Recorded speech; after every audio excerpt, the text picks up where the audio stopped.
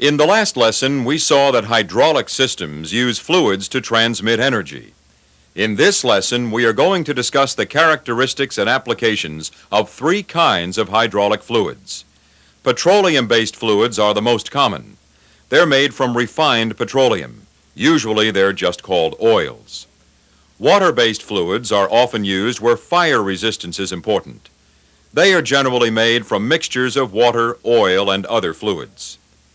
Synthetic fluids are often used as well.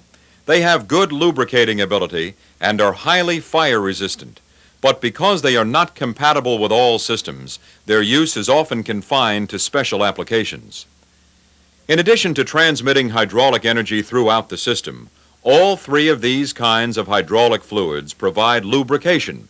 That is, they reduce friction.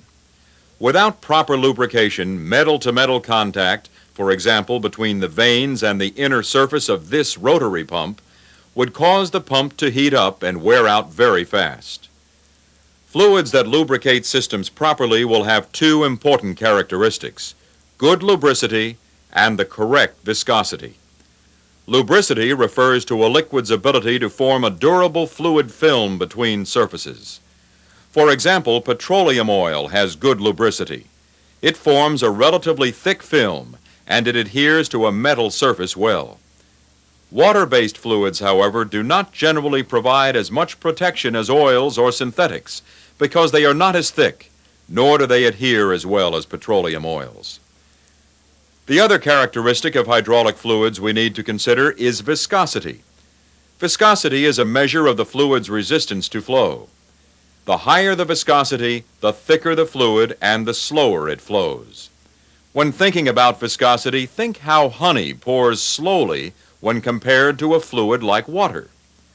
We say honey has a high viscosity because it takes a long time to pour, and water has a low viscosity because it takes less time to pour. Viscosity is often measured in Seybolt universal seconds, often called SUS or SSU. However, the International Standards Organization Centistoke measure, CST, is becoming more common.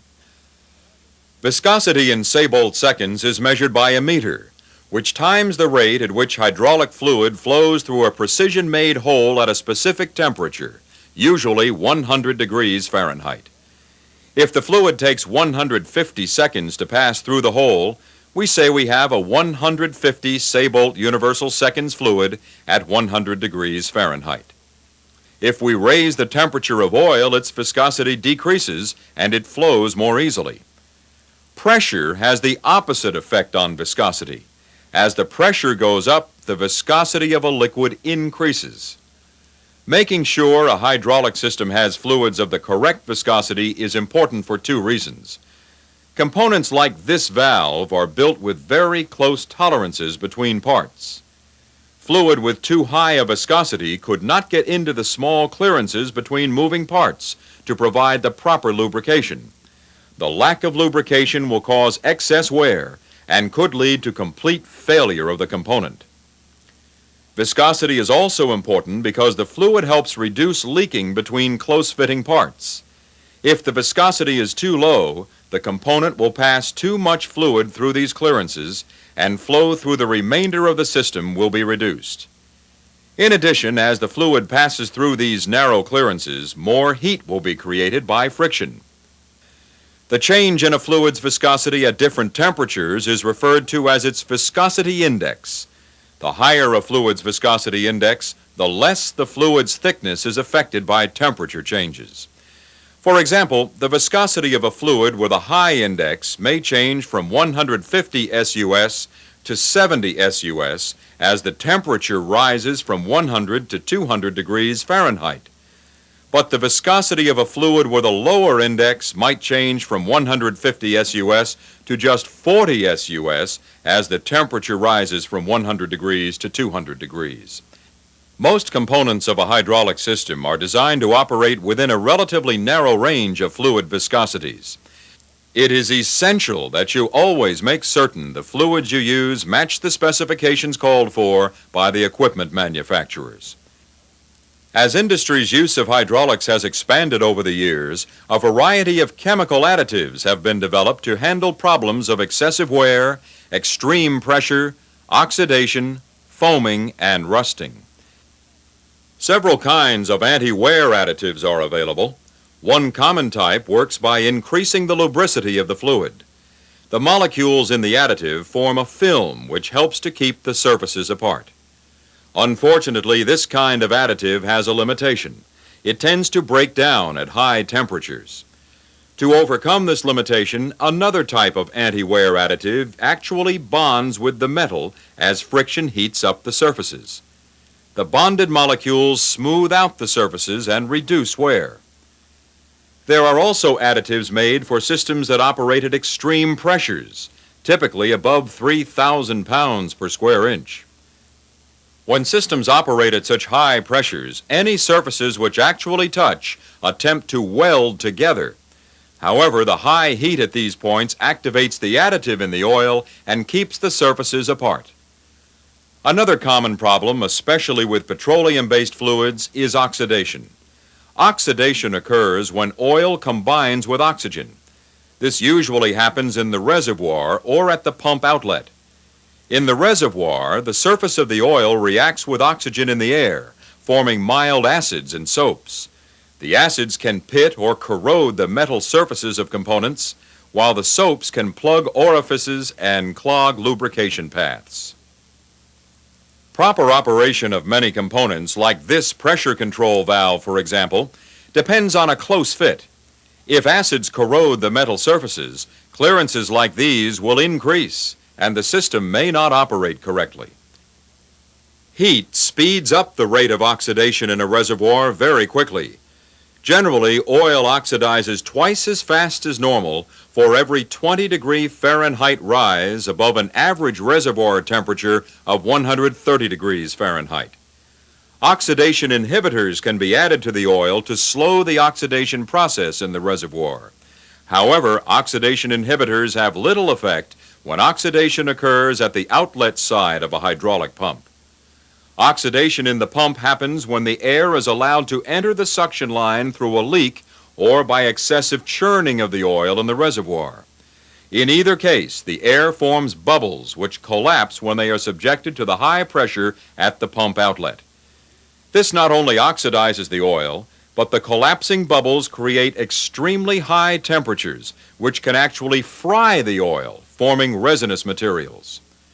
The resins remain dissolved until they reach a hot metal surface, like a pump rotor or a valve. The hot surface will cause the resin to form a varnish that coats the metal surface. This varnish makes moving parts stick. The resinous material also forms a sludge that can plug up orifices and filters. Oxidized oil can often be detected by smell. It usually has a burnt odor. Oxidized oil can also be identified by rubbing some between the thumb and forefinger. It won't have the lubricity of new oil. Instead, it will feel more like water. If a fluid sample has either a burnt smell or feels too thin, and if a fluid analysis indicates that the fluid has been oxidized, you will have to drain and flush the system, clean the varnish deposits and sludge from components, and refill the system with fresh fluid. Another additive often found in petroleum fluids is an anti-foaming agent. This chemical additive helps control the creation of bubbles in the oil.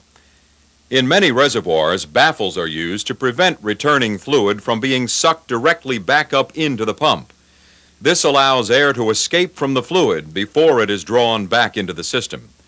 However, some reservoirs don't have baffles, and some systems churn the oil so much that baffles aren't enough to prevent foaming.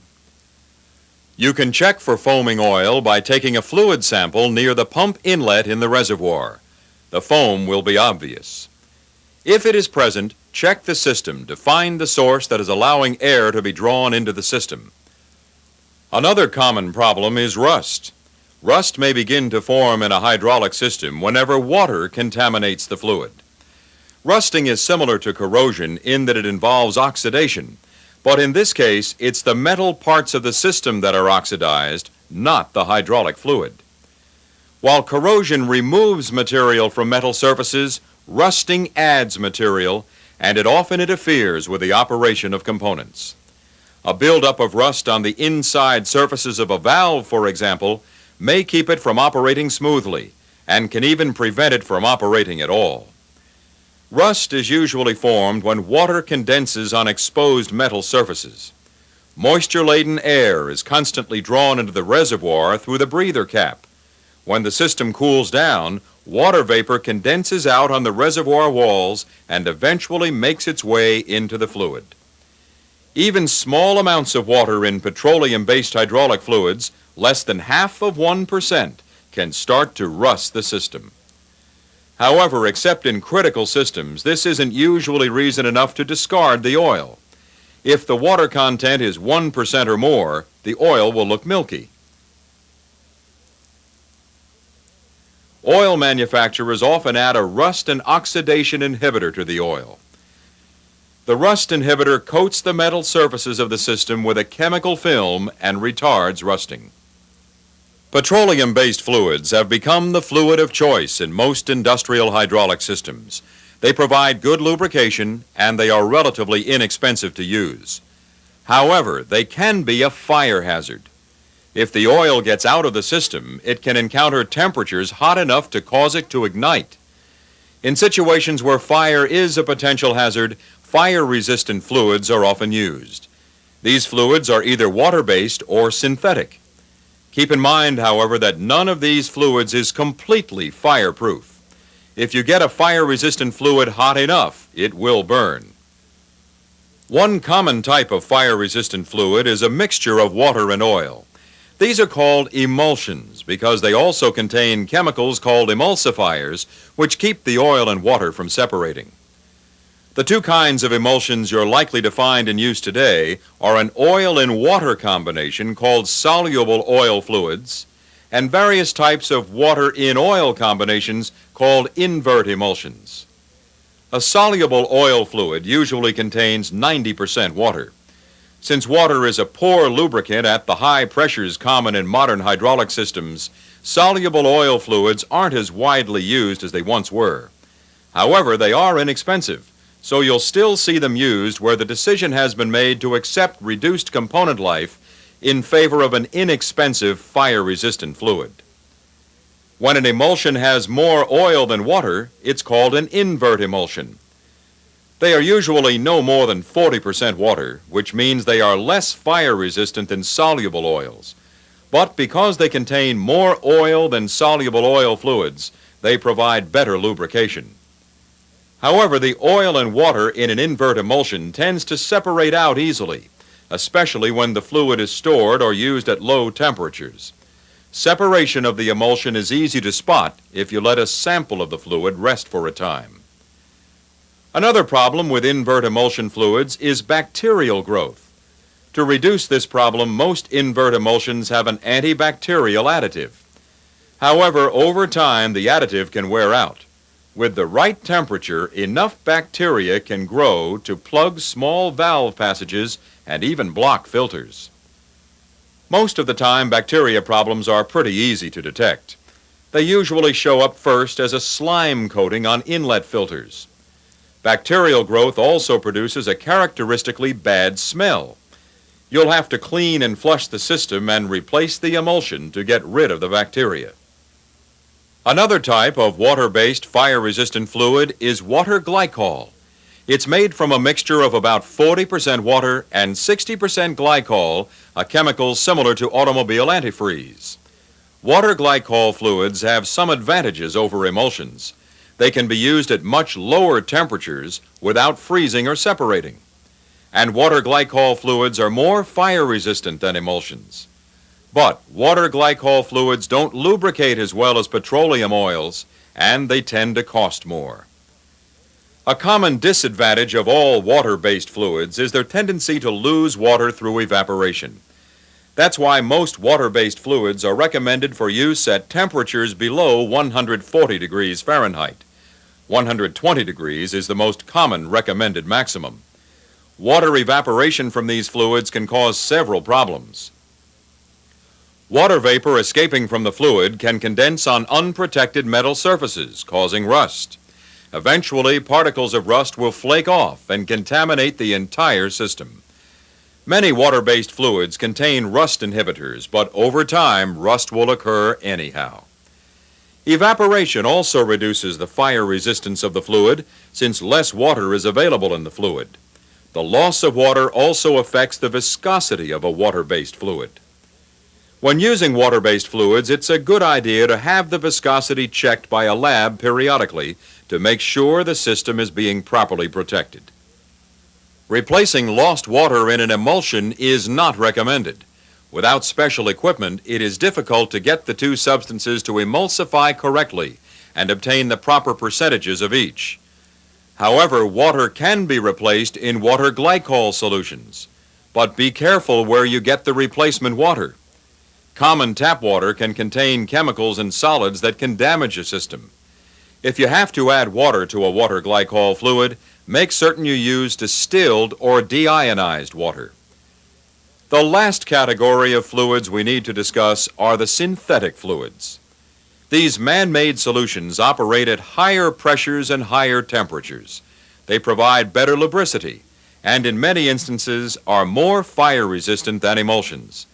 They do, however, cost more than most water-based fluids. One common synthetic fluid is phosphate ester. It is often used in high-pressure systems where fire resistance is needed. If you plan to use a synthetic fluid, you need to make sure your system is compatible with the specific fluid you intend to use. This will save you downtime later on. For instance, phosphate ester and phosphate ester blends are not compatible with Buna-N, a material frequently used to make seals in hydraulic systems.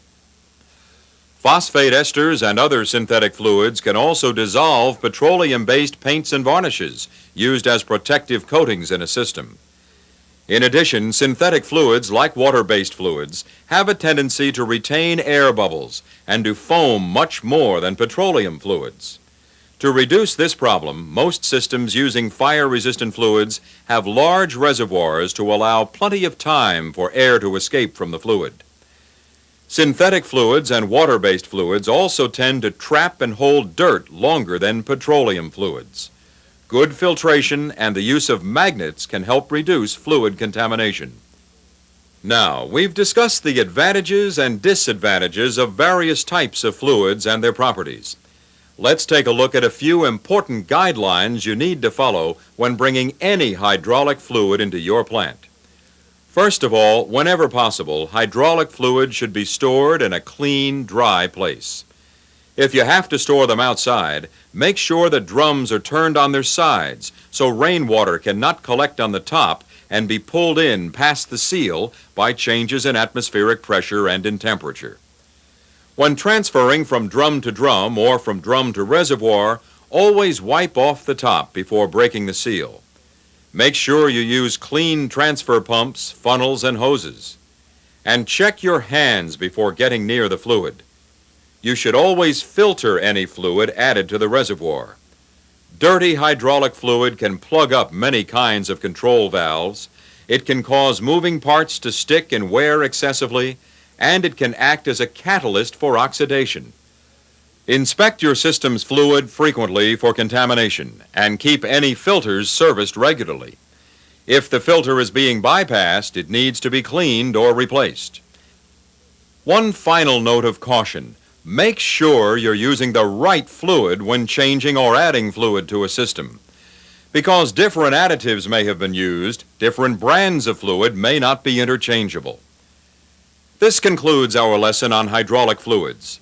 In the next lesson, we'll take a close look at what happens at the inlet or suction side of a pump.